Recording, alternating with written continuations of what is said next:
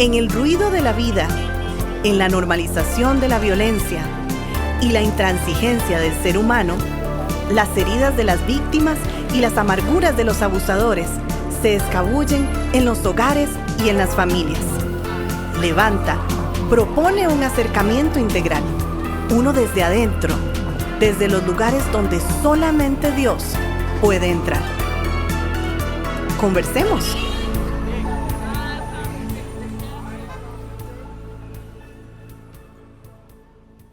Saludos muy cordiales, como el Señor nos permite cada mañana compartir, así que siempre con el privilegio de hablar con mi amigo, hermano, el pastor Alonso. Tengo el privilegio de saludarte una vez más. Igualmente, hermano. Es un privilegio para mí estar con vos y compartir tanto que hablamos aquí en micrófonos y también pues con tantas personas que nos escuchan, ¿verdad? Y buen tema, el de la semana pasada, iniciando con identidad. Correcto. Que es como el tema de rigor, luego de confrontar, recuperar, olvidar. Y asumir entonces una identidad que tenemos en Cristo. ¿No? Correcto. Y es que la semana pasada terminamos hablando o preguntándonos quién soy yo. Bien, después de conversar un poquito. Y asumir la verdadera identidad en Cristo, que Cristo ha ganado por nosotros, que usamos esa expresión también, implica un esfuerzo colaborativo que inicia desde la transformación de nuestro pensar. Y lo digo lentamente para que sea comprensible, que inicia desde la transformación de nuestra forma de pensar, según Romanos capítulo 12, versículo 2, ¿verdad?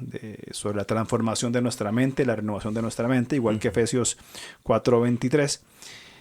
No nos ganamos esa identidad.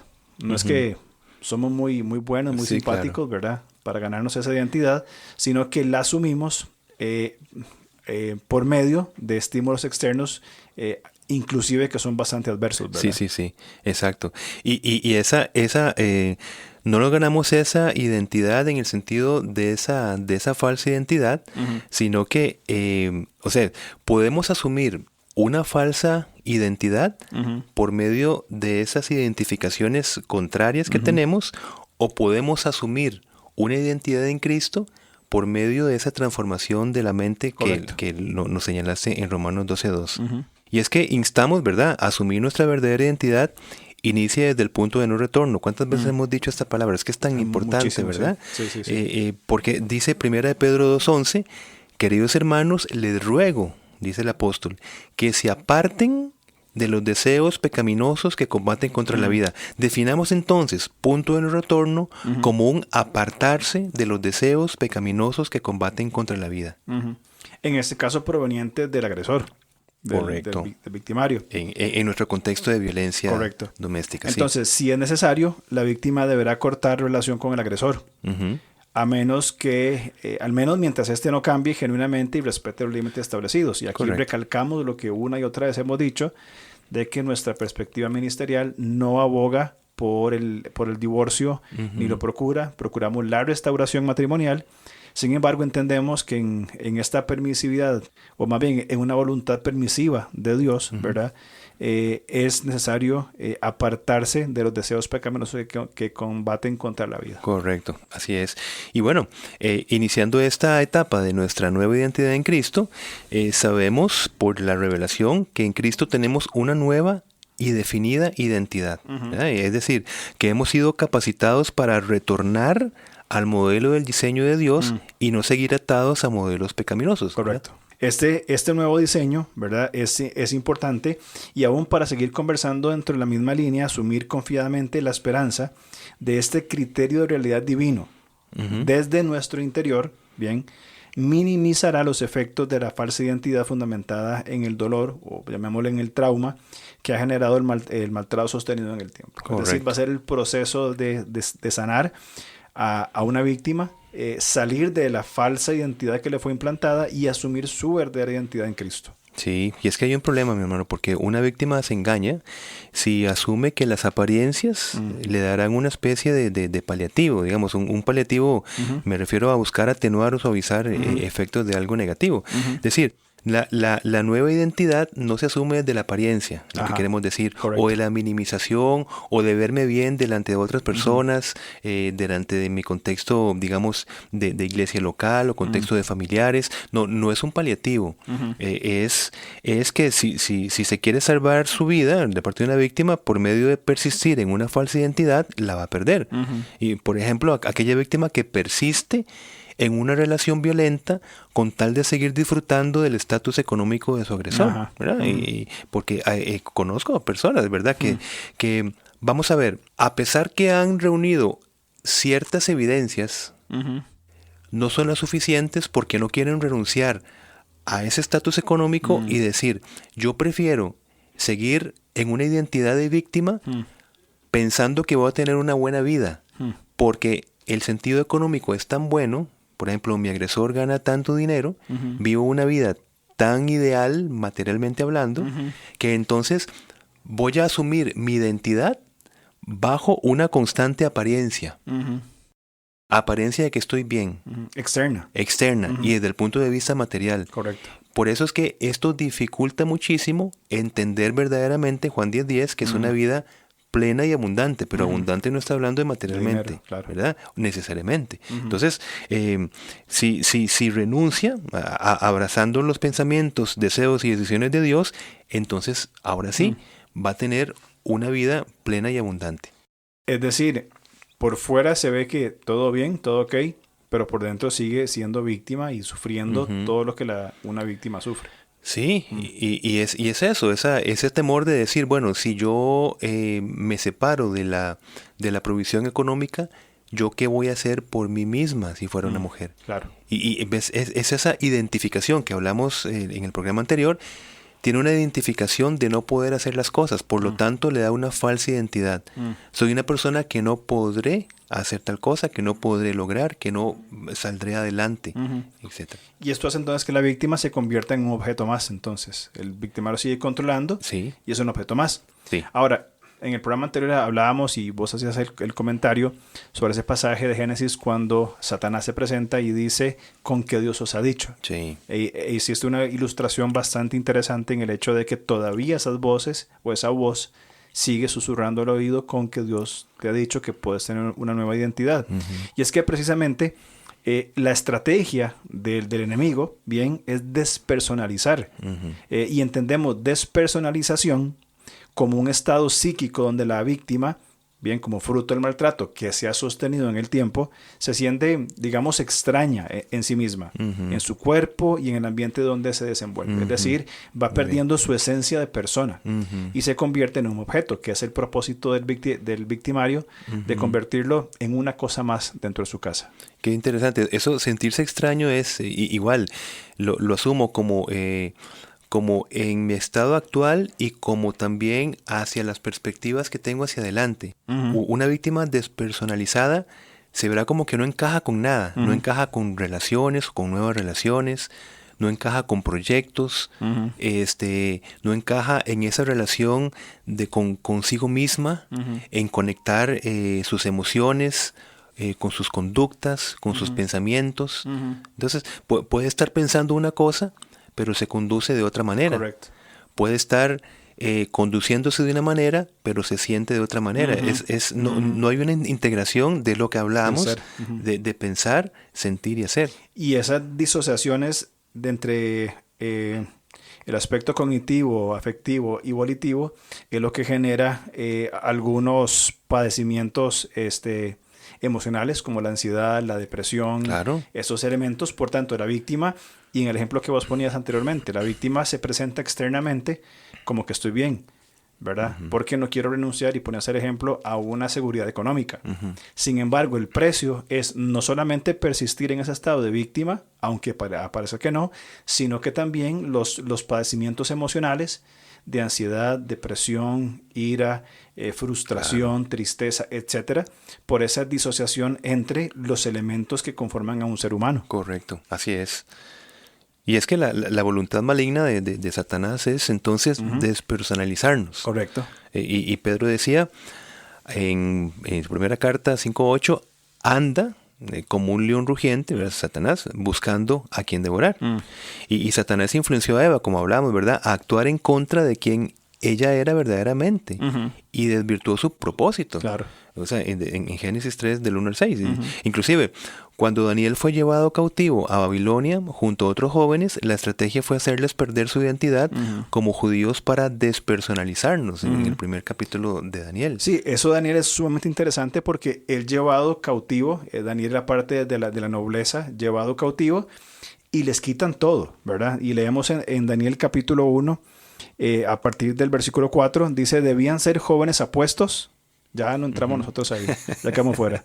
Jóvenes apuestos y sin ningún defecto físico. Ni jóvenes ni apuestos. Y con muchos defectos físicos, ¿verdad? Dice que tuvieran aptitudes para aprender de todo y que actuaran con sensatez. Jóvenes sabios y aptos para el servicio en el palacio real, a los cuales Aspenaz debía enseñar la lengua y literatura de los babilonios. Es decir, implantar en la mente la literatura y la lengua de los caldeos. El rey les asignó raciones diarias de comida. La parte de la alimentación, entendemos que hay un aspecto cultural importante en la alimentación, ¿verdad? Y del vino que se servía en su mesa real. Su preparación habría de durar 3 años, después de lo cual entrarían al servicio del rey. Y para colmo de males, versículo 6, entre estos jóvenes se encontraban Daniel, Ananías, Misael y Azarías, que eran de Judá, a los cuales el jefe de oficiales les cambió el nombre. Y ahí continúa Daniel explicando cuáles fueron los cambios de nombre. Es decir, cambiaron todo, su forma de pensar, su forma de sentir, su forma de comer, inclusive el nombre.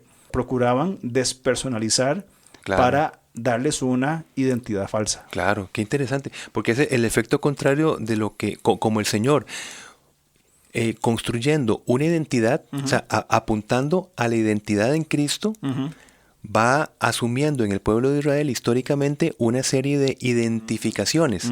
Por ejemplo, la identificación de los alimentos, la identificación de las fiestas, la identificación inclusive de la manera de tratar el aseo en los campamentos. ¿Qué pasa? Los pueblos alrededor estaban viendo que era un pueblo que tenía unas identificaciones particulares. Por supuesto, identificaciones que apuntaban a una identidad. Cuando la identidad es asumida, esa serie de identificaciones, hoy ya no tenemos el punto de los alimentos, el punto de esas identificaciones anteriores. ¿Por qué? Porque ya asumimos una identidad en Cristo. ¿Sí? Sí, de hecho, eso que sí es muy interesante porque inclusive la figura del Cordero en el Israel del Antiguo Testamento está del inicio. Y el Cordero y los sacrificios y la blanqueza de su lana y todo lo que implica, apuntando a que cuando llegara el Cordero de Dios hubiera una identidad absoluta. Asumida y entendida. Y entendida, por supuesto, que eso va a impactar en cómo iban a vivir y responder las tensiones de la vida. Es que, ¿cómo podemos entender una identidad si no hemos entendido identificaciones anteriores? Correcto. Por supuesto, entonces nosotros la palabra de Dios nos va formulando identificaciones para que nosotros digamos, caramba, sí, tengo una identidad en Cristo, pero por una suma de estas identificaciones que veo en la Escritura para mí.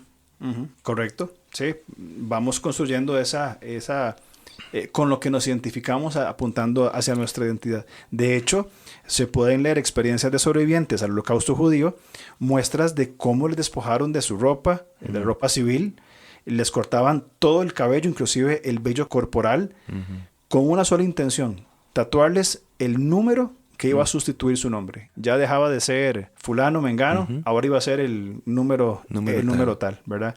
Entra en este proceso de despersonalización para poder manipular y hacer pues todo lo que el abusador quiera hacer. Qué fuerte, ¿verdad? Y bueno, hay una voluntad de Dios, por supuesto, en contra de las intenciones del mal, ante el intento de despersonalización. Ahora, hagamos ese hilo, ¿verdad? Estamos hablando todo esto en el contexto que nos compete del podcast en contra de violencia doméstica, como también la violencia sostenida en el tiempo va despersonalizando a la víctima, va implantándole identificaciones que luego la persona va a girar, su vida va a girar en torno al trauma. Correcto. Y ese es el problema. No es identificarnos en torno a la agresión, es en torno a la esperanza. Exactamente. Dios es Dios de vida, ¿verdad? Y su voluntad de liberarnos de ser víctimas de violencia doméstica. Esa es la voluntad de Dios. O sea, no, por tanto, la colaboración humana no es habituarla, no es normalizarla, no es no denunciarla, exacto, por ejemplo, o cualquier otro pecado mediante procesos de justificación, santificación. Ahora, la voluntad de Dios es hacia la restauración del modelo de Dios. Y bueno, y nos podrías guiar, por ejemplo, en esos modelos, ¿cuáles podrían ser? Sí, creo que podríamos hablar de dos, en este momento, de dos modelos de Dios hacia la restauración. Primero, la correcta comprensión de que aún en nuestro estado caído, como claramente lo vivimos día con día, somos imagen y semejanza de Dios, quien modela otra vez nuestro pensar, sentir y hacer. Lo que pensamos, deseamos y decidimos. Es decir, que los procesos que vos mencionaste, justificación y santificación, bien, van redimiendo. Y a mí me gusta mucho la palabra redimir, porque no solamente tiene que ver con lo que el Redentor hace, el Redentor redime, bien, y ya nos dio vida nueva, sino que también estamos en los procesos de santificación constantemente redimiendo nuestro ser, que nuestro pensar, nuestro sentir y nuestro hacer. Bien. Entonces, este modelo se va desarrollando a partir de lo que el Señor va trabajando en una víctima de violencia doméstica, de personalizar, de volver a proveer, si está bien dicho esto, proveer de nuevo, lo que implica ser una persona. Y en segundo lugar, en Cristo somos capacitados para recuperar las sanas relaciones. Cuando Cristo muere, resucita en la cruz y da vida abundante, no solamente nos provee de una religión para la humanidad, sino que Él restaura las relaciones que fueron rotas en la caída de Génesis capítulo 3, relación rota con Dios, con nosotros mismos, que entramos en conflicto, con el prójimo y con la creación o con el ambiente en que vivimos. Entonces, cuando una víctima de violencia doméstica encuentra esperanza en el Señor y entra en un proceso de personalización, es decir, de redimir a través de esos procesos, bien, vamos a encontrar dos cosas. La víctima ahora puede ser conformada o desarrollada de acuerdo al modelo de Dios en todo su ser, lo que piensa, lo que siente y lo que hace. Pero además, en el Señor se restauran las relaciones que estaban quebrantadas con Dios, con uno mismo. La víctima entra en un estado mental de creer las mentiras que la abusadora ha puesto. Por tanto, en el Señor puede restaurar esta relación consigo mismo, de estar en paz consigo mismo. Y por supuesto con el prójimo, ¿verdad? Con esa red de apoyo, gente alrededor, y con el medio ambiente en que vive. Es decir, la esperanza es completa cuando hay una restauración ordenada y guiada por el Señor en todo el ser de la víctima. Maravilloso, sí, muy bien. Y es que ese desarrollo de la identidad la tenemos entre muchos pasajes, pero referimos nosotros a Efesios capítulo 1, versículo del 1 al 10, ¿verdad? Que el apóstol Pablo dijo, por ejemplo, en Efesios 1:3, que en Cristo ya Dios nos bendijo con toda bendición espiritual. Es decir, ya es algo dado por gracia. Ya hemos sido bendecidos con toda bendición espiritual. Ahora pregunta, ¿cómo nos ha bendecido Dios en Jesús? Bueno, pues definiendo nuestra identidad como hijos de Dios, en tanto seamos receptores de su misericordia y gracia, ¿verdad? Correcto. Y somos bendecidos al ser hechos cercanos a Jesús, hijos en el Hijo, coherederos con Cristo, receptores de la revelación de Dios y sellados con el Espíritu Santo mientras regresa el Señor por su iglesia. Imagínate que si nosotros asumimos estas identificaciones reveladas en la palabra, ¿a qué identidad apunta? Claro. A una despersonalización que fue asumida desde el maltrato. Es decir, vamos a destruir la identidad falsa para reconstruir lo que modelos como Efesios del 1 al 10 nos dice. Que esto que mencionaste es lo que describe Efesios 1 del 1 al 10, ¿verdad? Estos elementos de ser hijo en el Hijo, coherederos.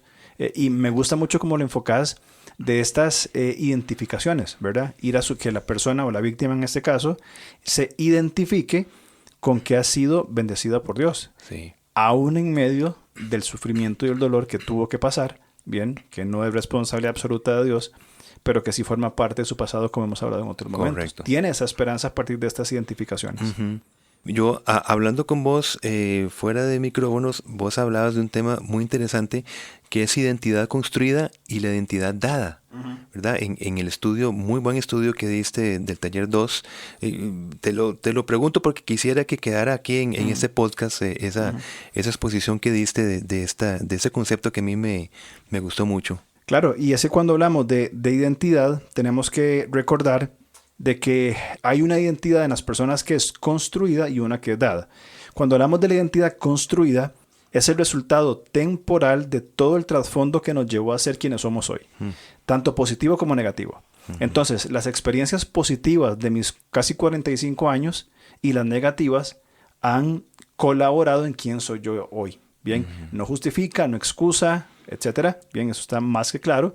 Pero es muy importante, como vos decías en otro programa, identificarlas, bien, y comenzar a modelarlas conforme al diseño bíblico. Es decir, las experiencias vividas en el contexto nuestro de violencia doméstica, la víctima necesita admitir, como hablábamos hace un par de programas atrás, admitir que la violencia fue parte de su vida, pero que esto no la define ni la condiciona para responder hoy a esa nueva vida que está procurando desarrollar. Entonces, la violencia en este caso es parte de una identidad construida.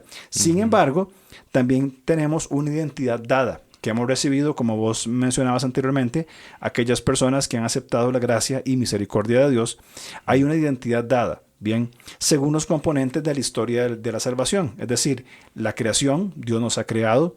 La caída, que tiene que ver con la violencia relacional y la vida pecaminosa que todos tenemos. La redención, si es que la persona ha sido redimida, bien, por tanto ha sido amado y perdonado, y es hecha una nueva criatura en Cristo. Esta es la nueva identidad que no se construye, sino que es recibida, es dada por Dios y recibida cuando la persona cree por la fe. Podríamos decir, mi hermano, entonces, que todos tenemos una identidad construida, pero que no necesariamente todos tendremos una identidad dada. Correcto. Porque la identidad dada depende de esa respuesta. Correcto. Sí, depende de la respuesta que cada persona en su libre albedrío da a Dios ante su muestra de misericordia y gracia. Wow, entonces, muchas personas que no han tenido ese acercamiento intencional con Dios son el fruto de una identidad construida. Y quiero ser aquí muy, muy cuidadoso con lo que voy a decir. Muchas personas que se desarrollaron en ciertos ambientes, diferentes países, culturas, condiciones socioeconómicas, políticas, hoy están viviendo el fruto de lo que fue la identidad que se construyó en sus limitaciones de educación, de salud, de vivienda, y hoy, ya siendo adultos, son el fruto de esas condiciones, de la identidad que se les fue construyendo. Qué interesante ese tema que estás... Porque entonces podemos aquí meter la identidad construida históricamente. Por ejemplo, vamos a hablar de estas etnias esclavizadas. Claro. Es decir, que pueden quedarse con su identidad construida y verse constantemente como los esclavos por su color de piel, por sus situaciones socioeconómicas, etcétera. Correcto. Es decir, solamente se sale desde una identidad dada. Correcto. Pero como es dada hay que recibirla. Ajá. Como Cristo decía, pues sean como niños, ¿verdad?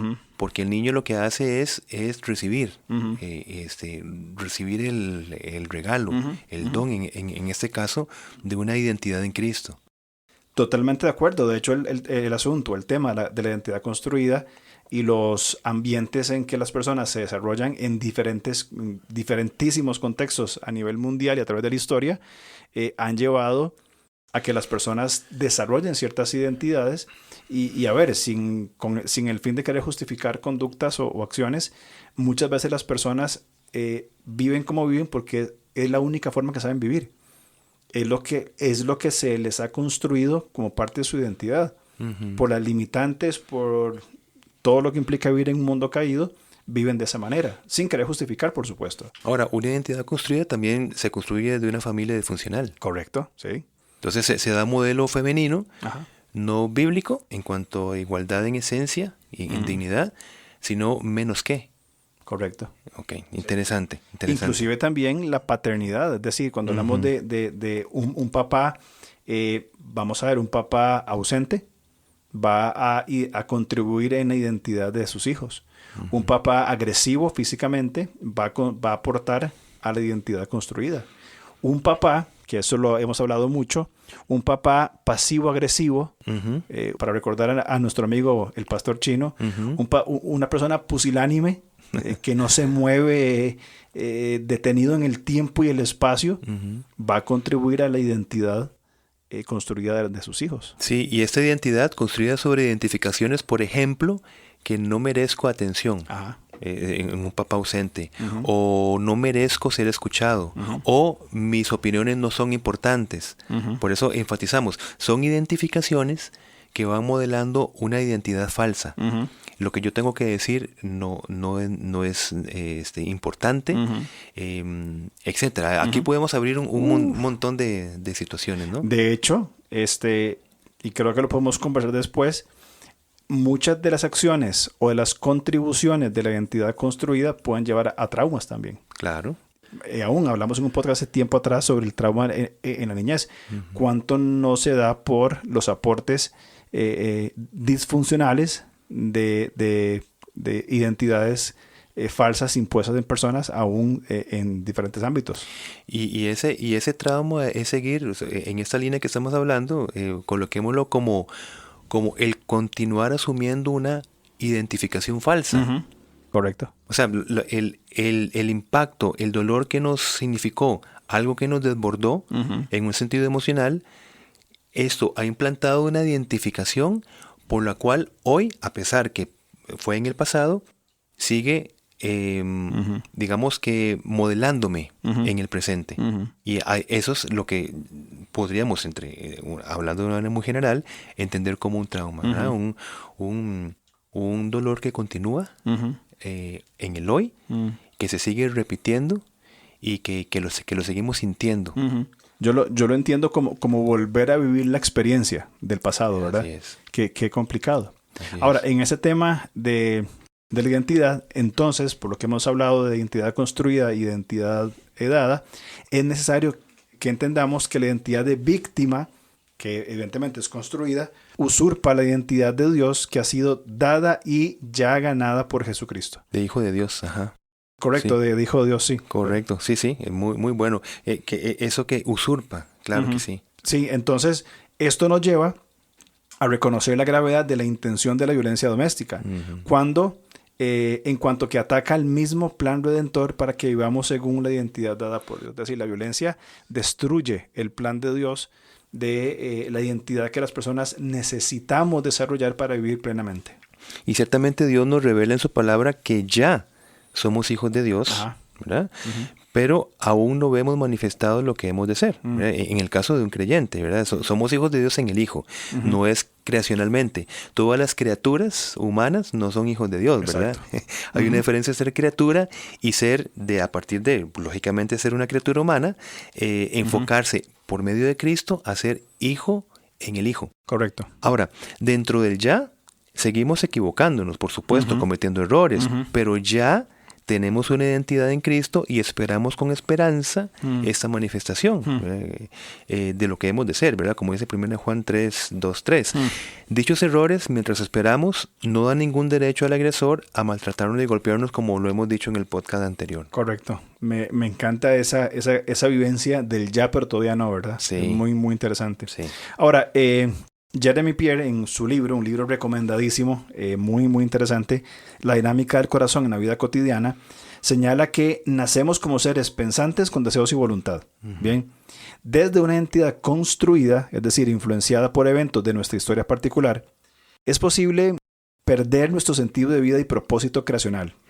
Así que es necesario volver a nacer, Juan capítulo 3, ¿verdad? Volver a nacer como un ser que piensa, siente y decide, ya no bajo el criterio de realidad del victimario o una identidad falsa implantada, sino desde la voluntad de Dios.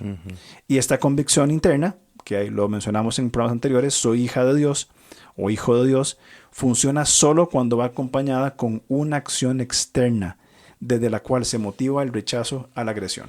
Qué interesante. Entonces, este rechazo de la agresión es cuando se entiende a través de la transformación del pensamiento, se entiende la identidad dada. Y qué maravilloso que nosotros vivimos en esa tensión, la tensión de una identidad construida culturalmente, que es la lucha cultural en la que estamos, los modelos de feminidad, los modelos de masculinidad, los modelos inclusive ahora que se le están implantando a los hijos. Ahora los hijos son los que mandan, los que determinan, los que discuten. Es una distorsión del modelo de familia. Claro. Ahora la familia funcional es una familia tradicional. Por ejemplo, obsoleta casi. Obsoleta, como de museo. Toda esa lucha cultural es una identidad construida que, por supuesto, permeada por el pecado, a que vamos a apuntar, ¿verdad? Claro.